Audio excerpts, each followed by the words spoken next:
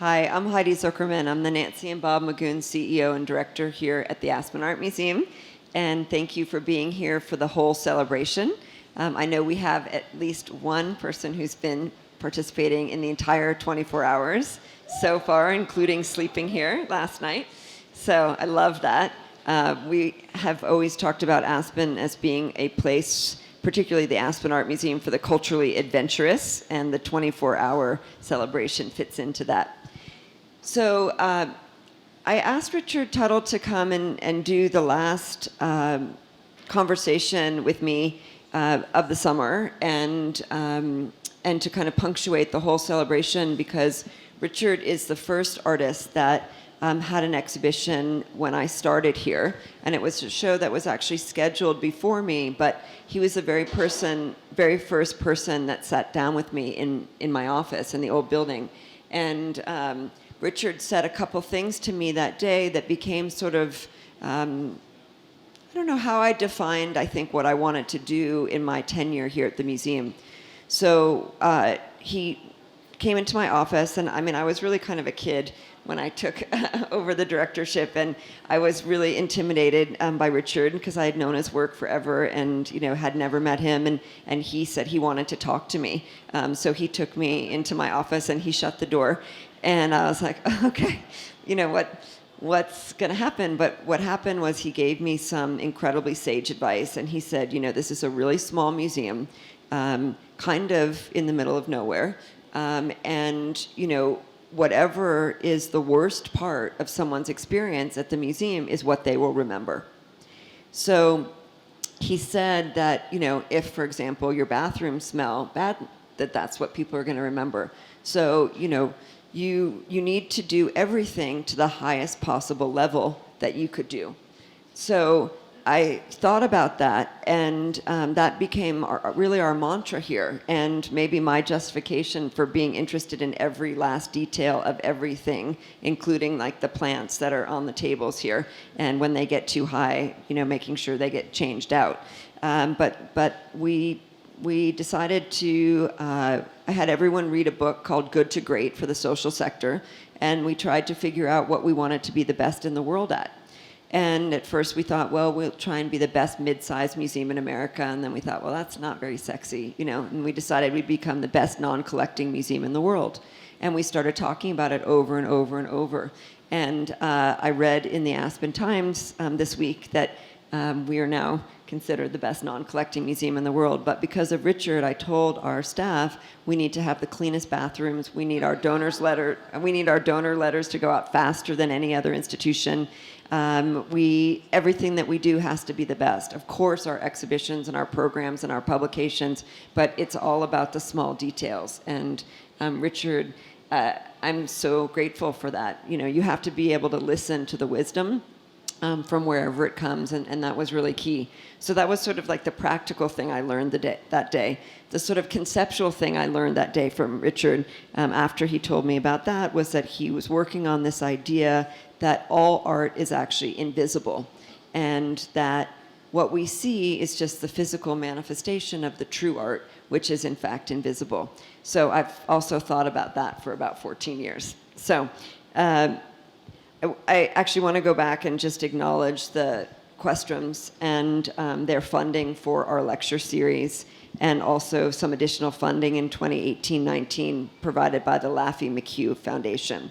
I sort of feel like Richard doesn't need an introduction, but since we record this, I will just give the kind of proper background to say that Richard Tuttle was born in Rahway, New Jersey in 1941 and lives and works between New Mexico and New York. His practice integrates painting, sculpture, poetry, assemblage, and drawing to create poetic interventions of the human experience.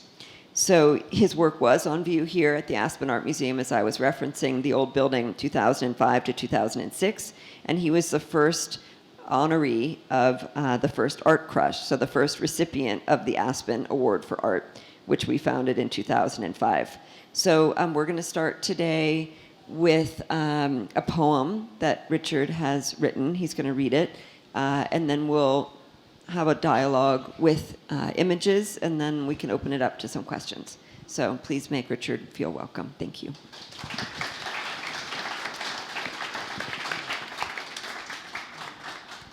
Is this working? It's working. Very, very good. Thank you, technicians. I'm so thrilled with your director, Heidi Zuckerman.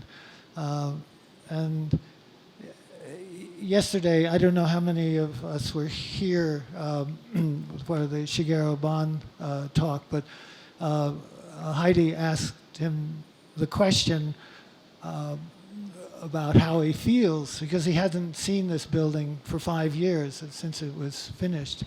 And his answer was, it looks brand new.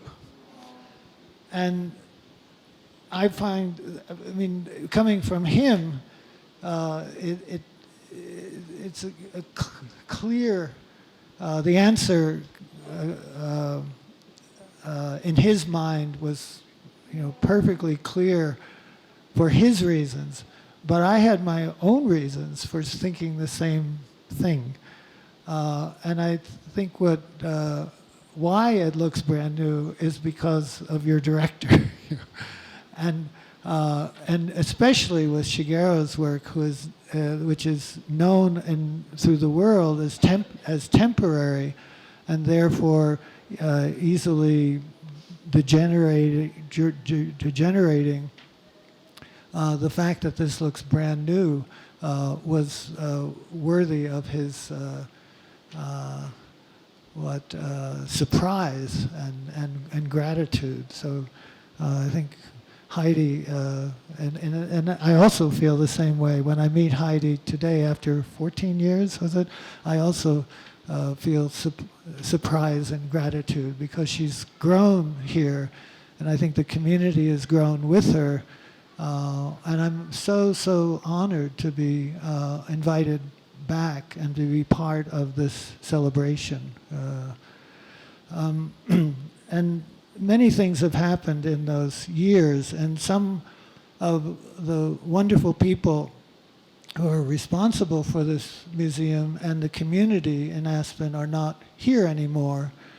And I'd like to dedicate this poem to two of them. One, the great Franny Dittmar, and equally great, I was looking at this and thinking, which one do you put first, because they're equally so great. But the second one is Linda Pace. And I don't know how much Linda was actually involved with the museum, but she certainly was involved with the community and important. Okay, so my poem has a strange title. I'll just go at it. It's called I Make the Same Dessert for Girls and Boys. Why wouldn't you like to learn? In nature, it's a given. Things don't learn from things. By learning, do we distinguish ourselves from nature? I may like nature.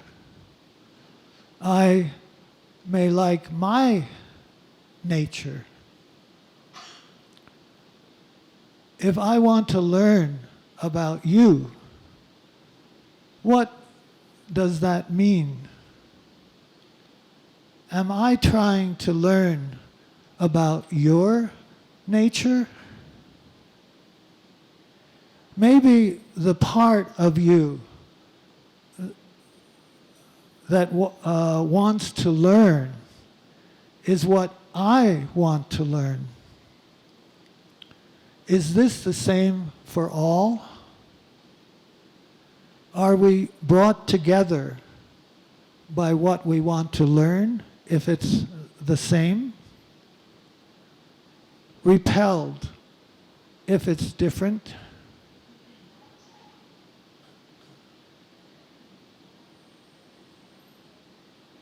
Brought closer if it's more the same? Not closer if it's less? Do we have an instinct to hide in finite things. And know, we can never know infinite nature. Is it okay not to know someone because we do not know them? Then do they have the same nature as us?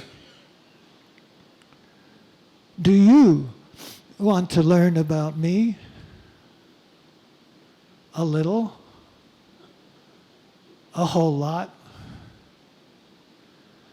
A whole lot comes with my not wanting you to know my nature.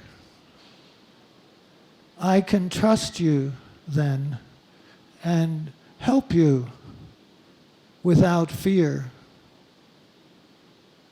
Does their nature come with the artist? Not what wants to learn. My fear is greater because it is the same for you or me. By learning in nature, do we learn love? A false dichotomy rather than say, I don't know. We do not come speaking. We learn it.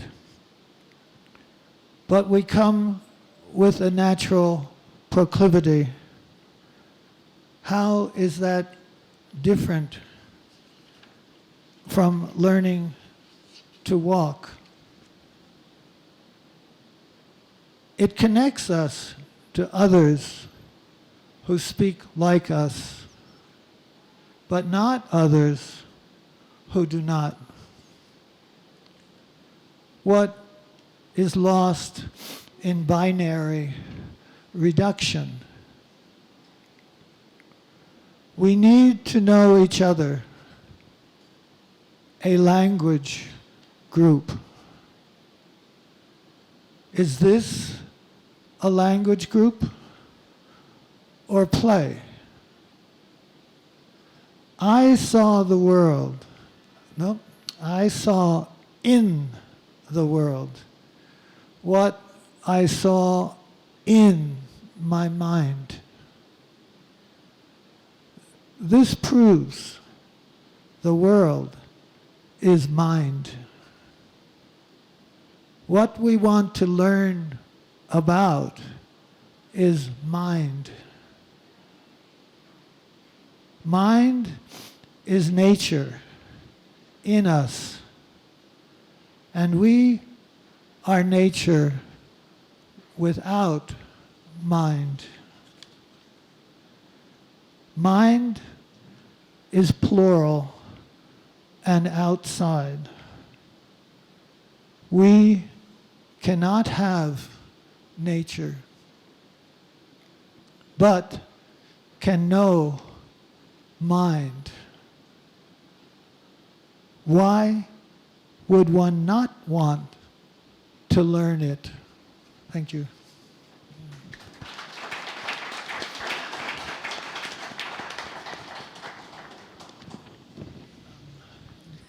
Can I ask you a couple questions about the poem? Yeah.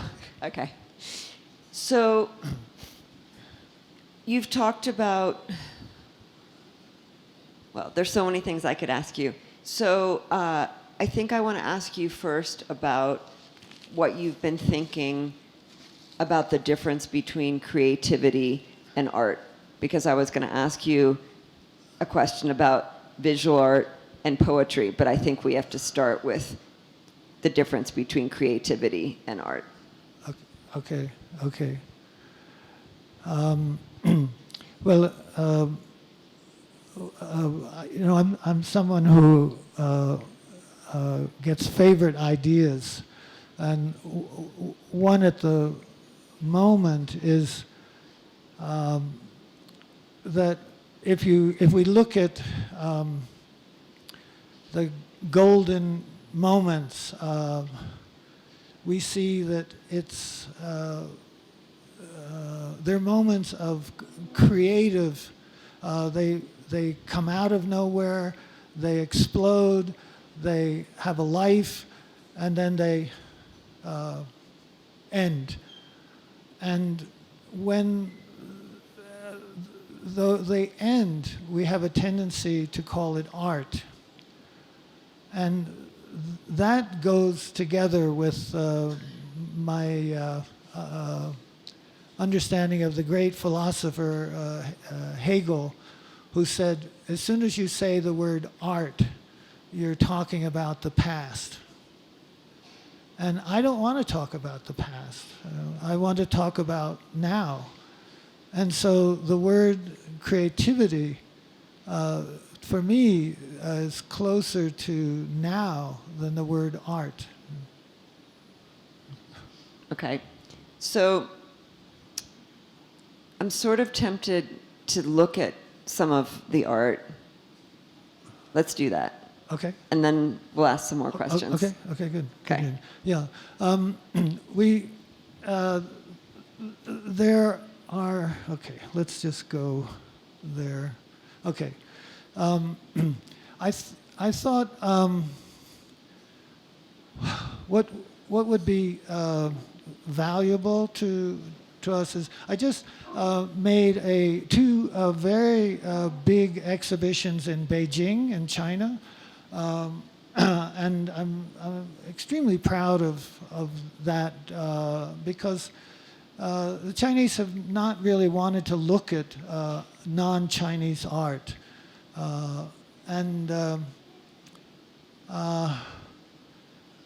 I find, but time has changed. There's a whole new generation, and I made these. The museum exhibition was made in a museum called M. Woods Museum. It's in the 798 Art District in Beijing. Has any people have been there?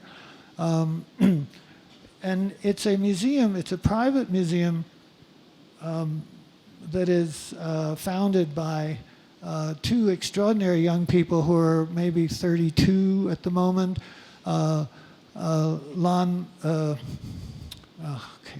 Lin Han is the husband, and Wan is the wife.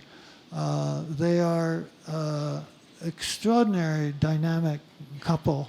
And they put together a staff of all people who are, in their 20s and so on. And I find, what is it? That, the age difference between them and I, and the cultural difference between them and I, was irrelevant. And the installation took 5 weeks, working 7 days a week, all day long. And my curator, who was that's another person to bring up, but he wound up saying that when he began this installation, he was alone, but when he ended it, he had a family. And it was just the most special thing to go to a country that's in a huge creative leap at the moment. And it's frankly a culture I've studied a lot from the past. I probably know 10 times as much as Chinese do. I adore the Chinese culture. So this was an opportunity for me. The title of the exhibition in Chinese was called Hui Jiang, which means to return with a gift.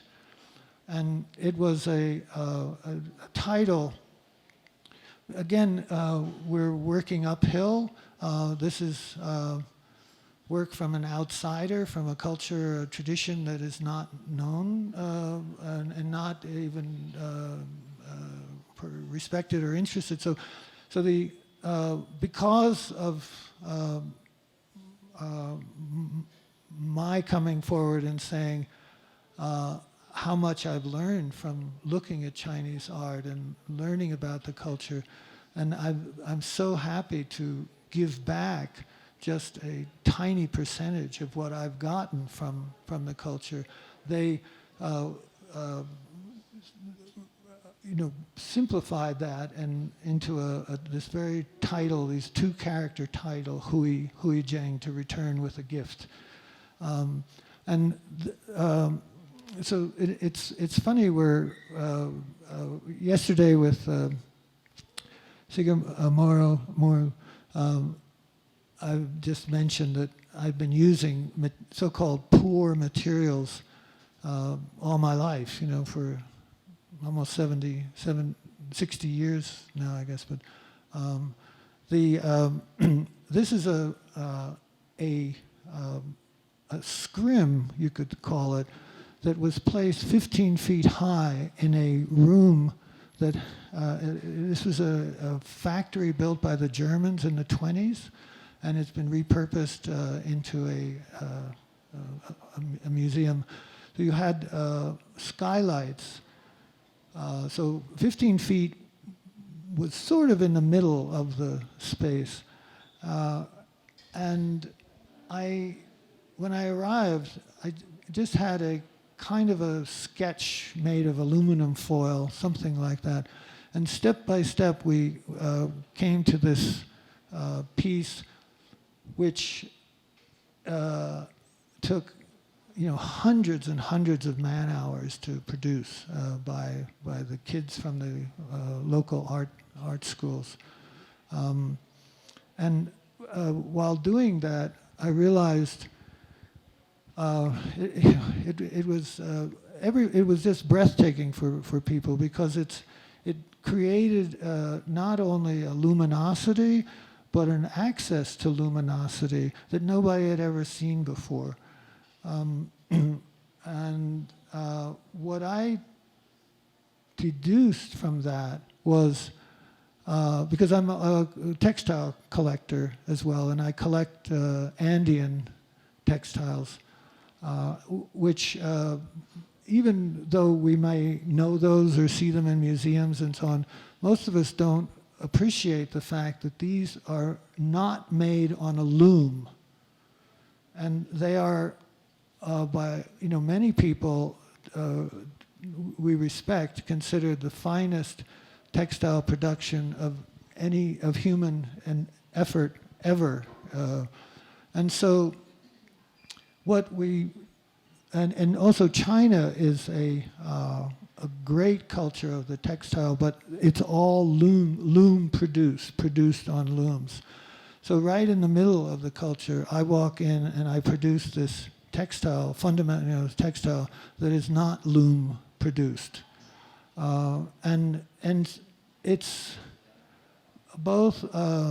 It gives me great satisfaction to be somebody who can walk into a culture as significant as that and give them something that, because it's hard to find something in Chinese culture that hasn't, wasn't there before. Okay, so, all right. This, so the exhibition was built around this central core. You had the last slide showed this scrim. And then you started walking around smaller rooms. And this is the first room you would come to. My exhibition was 100 works, and what my point was, it was really an exhibition for the younger artists, and there's a kind of English title we use sometimes. It's called Introduction to introduction to practice. And it kind of meant that this is a case of somebody who wakes up every morning and they just go straight ahead. And through those years, you have different bodies of work. We selected, first we selected bodies of work, and then we selected 3 examples from each body of work. So there were 33 bodies of work, and that wound up being 99, and then this new piece was the 100th one. And this is something I've wanted to do because I find in my life or our lives, what's extraordinary is the wall has stayed the same, but the floor has changed radically. You know? And I made this big piece at the Turbine Hall in London, and the result of that piece was understanding that the floor or ground is a better term. The way philosophers talk about a ground, you need a ground. And art also needs a ground, but that ground has changed so much in these last years. And I think one of the jobs of art is to be aware and to register these changes. So this big piece at the Turbine, which was 54 tons, and my work is known for being lightweight and small, was a significant teacher that the ground had turned into the language that you speak. If you're Polish and you speak Polish, then the ground is the language, your Polish language. And I know this is way too soon for the world, but the job of the artist is to be ahead of the world. So I plowed ahead, and one of the things was this notion that you could make art out of the floor, out of this floor, out of the floor that is the language you speak.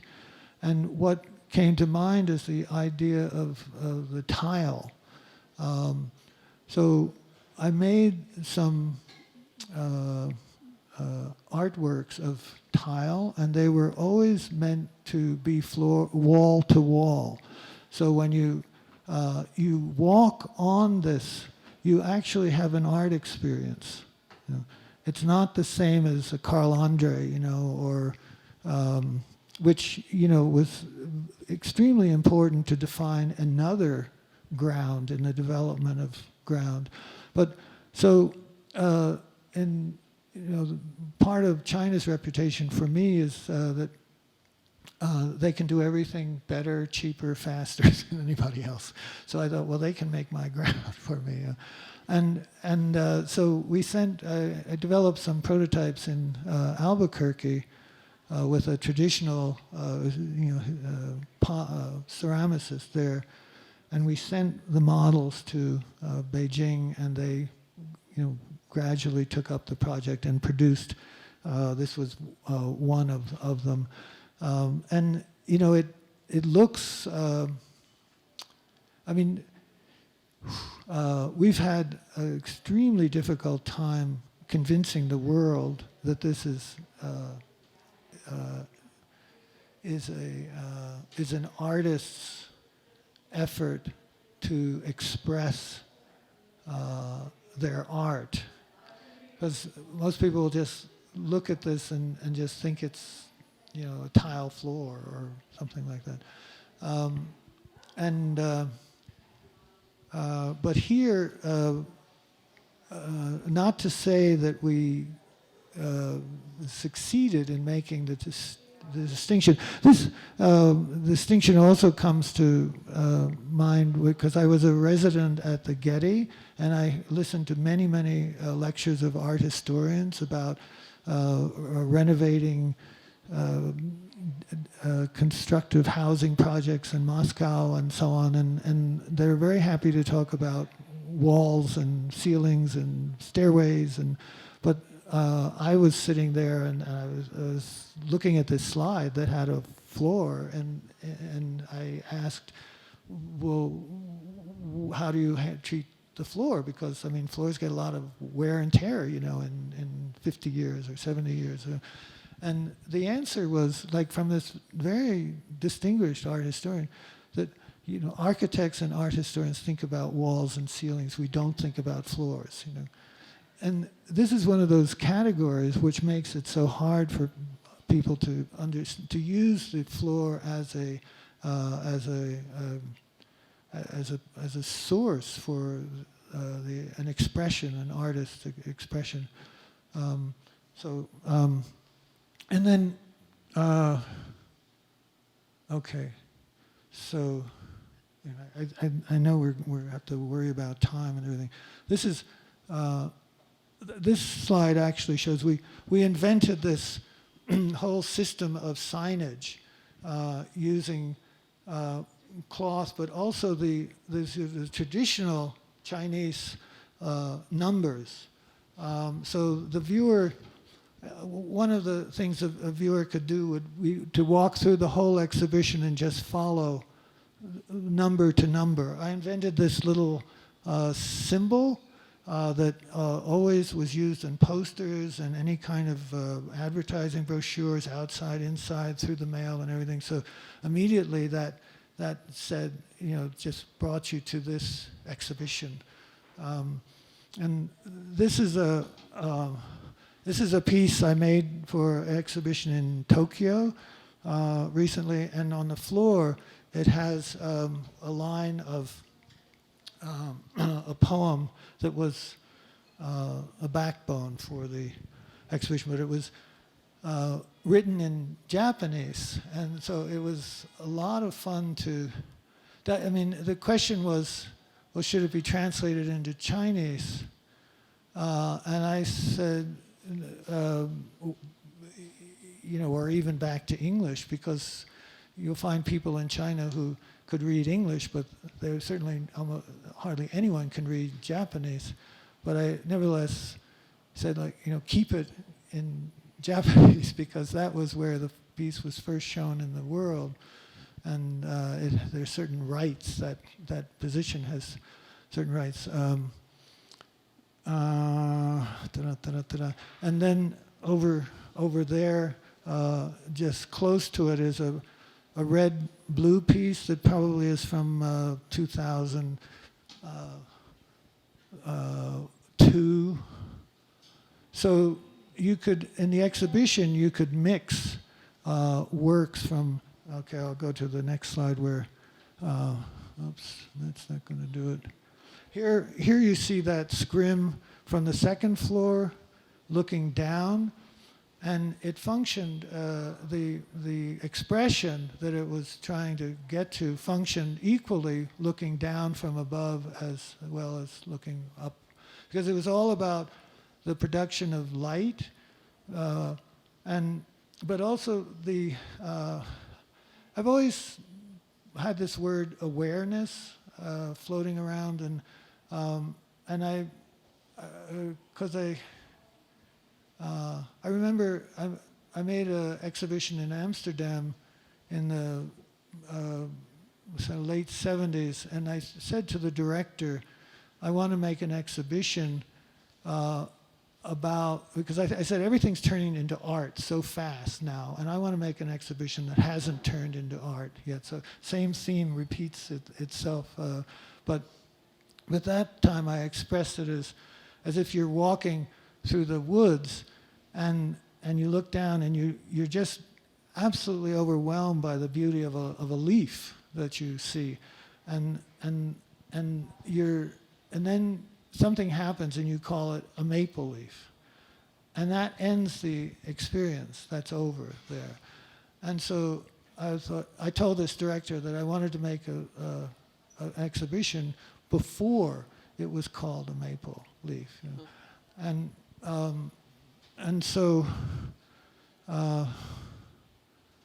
this like awareness, which I think is the most important thing for us, is very often killed by calling it love, by calling it truth, a lot of these abstractions. You know, there's no, awareness is not an abstraction. It's like the very center of your soul's nourish food.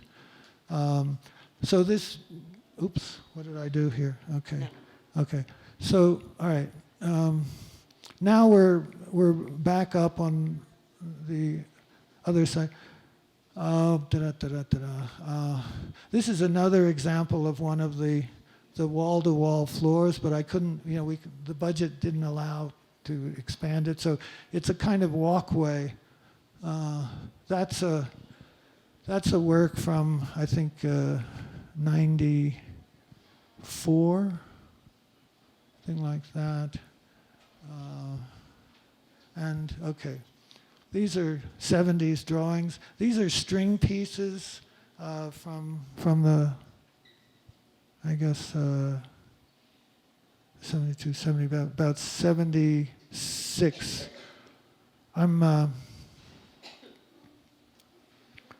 And more, yeah. This is a piece called Boys, Let's Be Bad Boys. This is a piece, you know, fortunately, I think the photography, which is Chinese, and it's really, really excellent, but, you know, photographs don't really allow. This is what I was trying. These pieces come from '66. They're maybe the earliest in the show. I've never shown them singly. They're usually, the Museum of Modern Art has the full set of 26 of them, which they show quite frequently. But they work very well just by themselves, too. This is where you're in this central room, and here in this end wall, you have a series of what I call tricks, where we layered the wall with 8 layers of white cotton cloth. And then we began to peel back those layers by making angles that were pointed to a center. And they were supported on long poles and then cut. The whole thing was cut very neatly at the bottom. So in this piece, the paradoxical part of it is that the floor, which has had no, I mean, yeah, this is the artist's life, where, you know, if you can't convince the world one way, try another way. So this is in a way analogous to the use of the tile floor as an expression, which is an activization, because like art depends on something giving us the clue that it's not the real world. It's the experience we have of it is not the experience of the world. This, you're standing on the floor, which is absolutely void and perfect, and I had to give instructions that it had to be cleaned, like, you know, twice a day, as clean as possible, because it's only then the whole, all these elements started working together, and you're, oh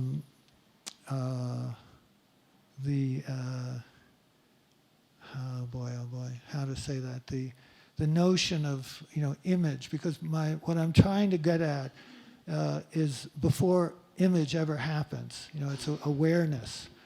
And so, like, and I always think one of the rules of art is that in order to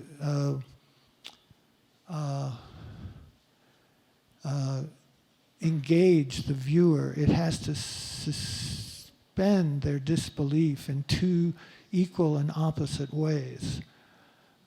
So the front made of these cloth layers was an image that was not complete. Also, what was very important in this was it worked 24/7. You know, whether there was artificial light, whether there was natural light, it was all giving itself to you, like constantly. And I'd never seen an artwork that could handle that much. And I must say, it's like, I mean, I already said, you know, I love the culture, and I've looked at it and been read and studied, and music, the works, but like part of my ambition is to make an artwork that does the job for global and a global context. And like Beijing is actually on the opposite side of the globe of New York. You know, if you can count the little time segments and go over there. But when I made a group of irregular cloth octagonals, which I think were, you know, it was a huge big deal. But for myself, I wasn't satisfied because I couldn't see them from like the other side of the world. And so I didn't feel I could make an artwork that was valuable unless it could be seen from the other side of the world. So I've been waiting all these years, and finally this Beijing show gave me the chance to, and a lot of pent up dreams and were realized in this show. Richard, can I ask you a question? Yeah. So you and I have in common a relationship with Marcia Tucker. Yes. And I didn't know yours. Yes. Yeah, actually, she came and visited me here right after I started also. Okay. And sat me down and gave me her advice on how to be a museum director, which was, I think, the last trip she made before she died. Oh so my God. Wow. I was super fortunate and flattered that she made that effort. But I wanted to ask you a question using Marcia as a kind of touch point about the idea of legacy and how you think about that. You mean for yourself and your work? For the legacy. You know, I still haven't changed my idea because I think legacy is close to the notion of immortality, and you know, it's still essential part of the human experience is to the distinction between mortality and immortality. And legacy is definitely on the immortality side of things. And I right from the beginning, said that my immortality is inspiring other artists, you know, the next, and because I feel art comes from art, and because it's hard, and anybody who knows how hard it is would naturally think to make it easier for another artist. And so there are many there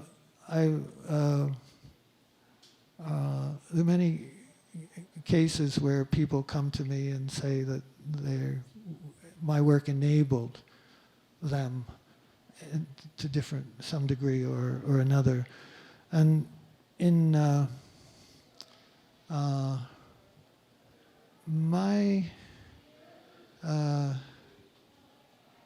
I find, you know, like in Beijing, you know, there be, you know, kids who studied in art schools in the States, and they said that they learned more from making that exhibition than they learned in 4 years of art school. And that's my legacy, you know, and that they're in another culture, another language group, but that's not without point. When I speak about another language group, and how one to like. Okay, and I'm talking about the floor here, I'm talking about a lot of things. Really what I'm talking about is how can we expand our language group, you know? How can we make our language group bigger to include and we were actually speaking about that earlier, because I don't consider myself the moment or the original, but right now, words are losing meanings. I've never experienced, that's totally new, but I can understand that in order to expand a language group, you have to use every trick, every tool you can. And so taking meanings away from words, that's a great idea, I think. Yeah. So I started off today by talking about some, I don't know whether it was intended as advice or not, but words from you that were impactful on me. And you shared with me another museum director who had kind of a comparable experience with you. And then you also talked about your wife working at Max's Kansas City, and the first she heard of you was people saying, oh, you know, Richard Tuttle said this today or that. And you're such a thoughtful person, and you're expressing yourself in the visual form and also in the written form, which you shared with us today. How do those connect for you? Well, that's something, we go to the creative side of this, because, you know, we're basically in the only culture that does not invite visual artists into the verbal side and the verbal into the visuals.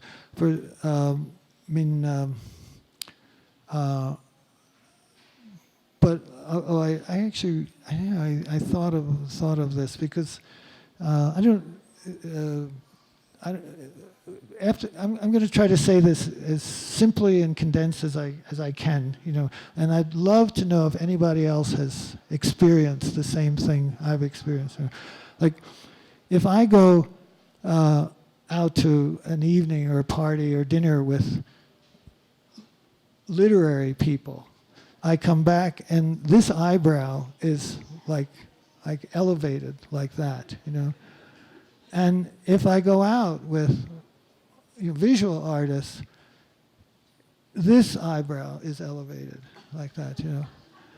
And I just thought, well, I want my eyebrows to be the same, you know. I mean, what, you know. And I think they're meant to be. That's, you know, kind of. I mean, if you're by yourself, you know, they come out to be the same. Why do they change so much? And but have anybody ever noticed that with themselves? Because it's also, I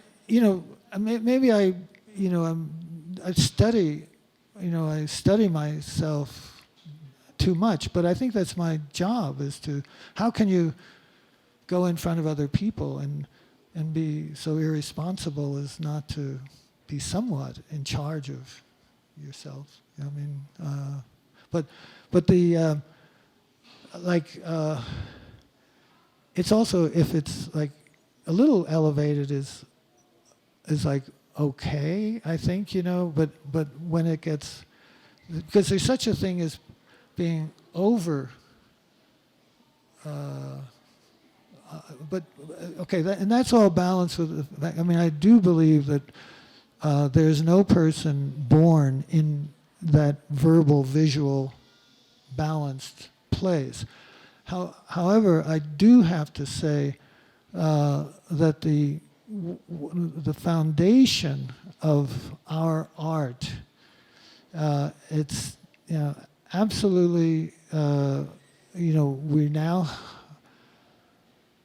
are welcome to all kinds, but it's what we like and what has been a hugely successful art is a combination of a field which is in fact two-dimensional but has the illusion of a third dimension, and a frame which is by nature ambiguous and has writing, has words on it. You put those two together, it like takes us over the hill. If somebody doesn't, I'm referencing the creation of the visual, the abstract visual plane that Jan van Eyck created in the early 16th century. What do you think it's most important for people to understand about art? Like if you could tell people that don't know anything about art, like the most important thing right now, what would it be?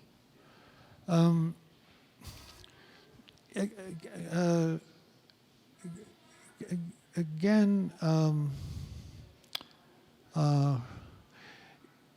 it's why Heidi and I are sitting up here, and we represent a kind of a professional side of the visual world, but there is, and so everything, we're supposed to be conscious of stuff, but most of art is made unintentionally and received unconsciously in the world, and I prefer that side to our side, so I think and now I'm also going to distinguish with the what I call the creative, because, and I'm going to go to the animal side of things with my little dog, and I found when I take him for a walk and he smells a smell he doesn't like, or comes to a branch, or comes to something that impedes his progress, he reels up on his hind legs and shakes all over, and then comes down, and by that point he's completely reconstructed inside, and he goes forward, like that. And for me, one thing that art does for us is like that, it shakes us all over and allows us to come. And so right now, and I even have to apologize a little bit for this, because I'm so deeply into the work I'm doing now, and I can't really talk about it. So like coming here, I mean, the closest I can get are some of the ideas that are in the China show. And I'd like to just go on to the next couple slides, because I'm super proud of, it's under my hand, okay. Okay, oh, that comes out well. Yeah, great. Okay, so this, I think artists work like in ships in the night or something, and you bump into stuff, and you have to deal with that. And one of the things, and you look at other artists' work, and one of the things I've perceived is that arts of the last maybe 100 years or so has agreed to have a certain depth of field. And also, conversation, music is like that as well. And I'm saying to myself, well, I don't want to live in this world and just be restricted to this depth of field. I want to make the field, I want to see what happens, what's out there when the field goes deeper. And so that's motivation has been going on, and in China, which again it's bizarre, because I think art, even art is some way thinking globally now. And so you do some work in China, it has some kind of, it fits in. So these pieces, for me, are very simply showing a new depth of field. And I'm not sure if I showed them in New York, or London, for example, that people were ready for it, because it's very upsetting to have to change your depth of field, But again, that's the job of the artist, is to take us to uncomfortably, or so. I was very nervous about this, and at the opening, this Chinese lady came up and said, just came up and just said, "Oh, they take you in a completely new space. You're just in this totally new space." And I knew she got it, and I was like, oh, and like in my work, and because my work is intrinsic, it's not extrinsic, and it only matters if there's some other human being on Earth who can see it the same way I do, and then we're good to go, sort of thing. And yeah. So I really wish we could sit here for the rest of the day and continue the conversation and the ideas, but I'm actually going to allow the conversation to end there with the idea that the job of the artist is oftentimes to sit in a place of discomfort, and in having the courage to do so, then potentially allow other people to feel similarly, not just in the artwork, but in life. So thank you for making that space for us. Discomfort. There we go. Thank you.